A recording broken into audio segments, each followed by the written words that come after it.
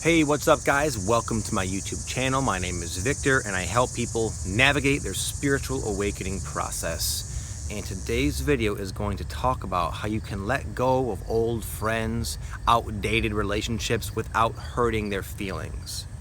This is a question that I got the other day, and I would imagine a lot of you are going to encounter the situation in one form or another.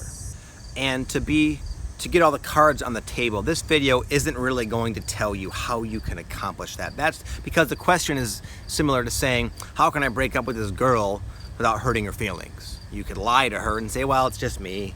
It has nothing to do with you, it's just me. And she's gonna know you're lying and she's gonna feel hurt and rejected anyway. So what I'm gonna talk about is my own experience with this and the conclusions I drew, which I really believe will resonate with you. So for like you guys, I kept myself held back in relationships that were no longer a vibrational match. And what does that mean? What does that actually mean in nuts and bolts terms? It means that I started to see these people who were once a big part of my life very differently. I started to see them as not really caring for me the same way I cared for them. And especially because I was growing spiritually, I started to care more authentically and more deeply towards other people. And these people were not growing, they were just staying the same. And it became eventually so out of whack to where I realized that these people, almost in a sense, don't really care about me. None of my friends did. They all were sort of just a dysfunctional group of people who clung together to not feel shitty about themselves. And I also am very well aware of the power of the influence of the people you choose to spend time with. They really do impact you, and they do hold you back, whether they are trying to or not. So I came to a point where I realized I wanted to break out of a relationship. But just like you guys, I didn't want to. I know I needed to move on. I still love them. I still wish them all the best. It wasn't like they ticked me off or anything. And so I was like, what do I do, man? So what I did is I just stayed in the relationship for a while. And as I did, I started to see them more and more and more clearly for who they really were. And I started to actually attract into my life situations that sort of made this point more obvious. For example, one time I went on vacation and I let a bunch of my friends stay at my house.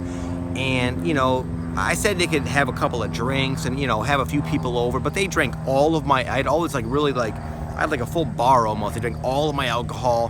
One of my friends ravaged through my room and stole something from me, and just stuff like that, that were like, wow, like these really aren't my friends, and I'm setting myself up for disappointment by continuing to hang around them.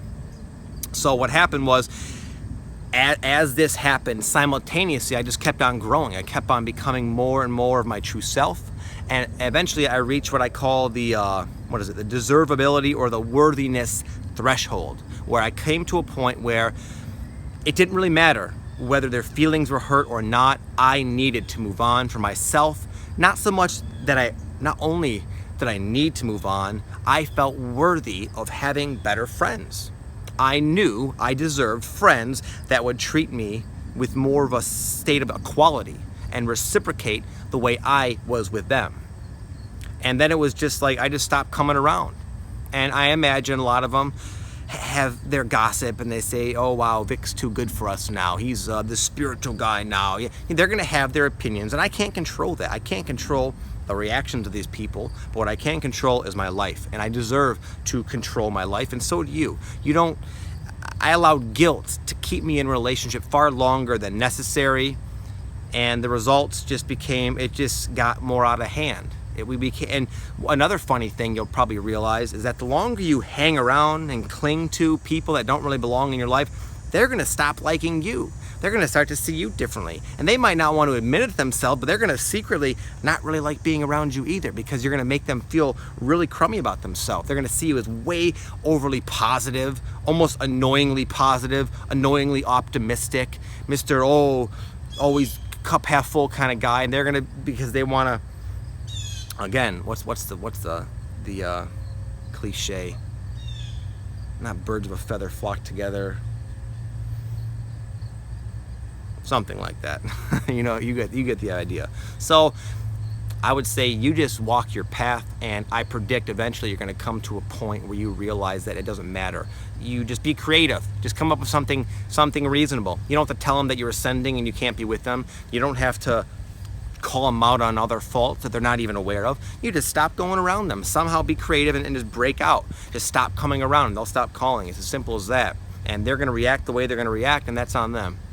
So that's my advice, guys. I know it's not exactly a clear-cut, easy solution, but I don't believe this is a situation that really has that available. And if you guys have found some kind of easy process for this, please let me know. I'd love to know myself.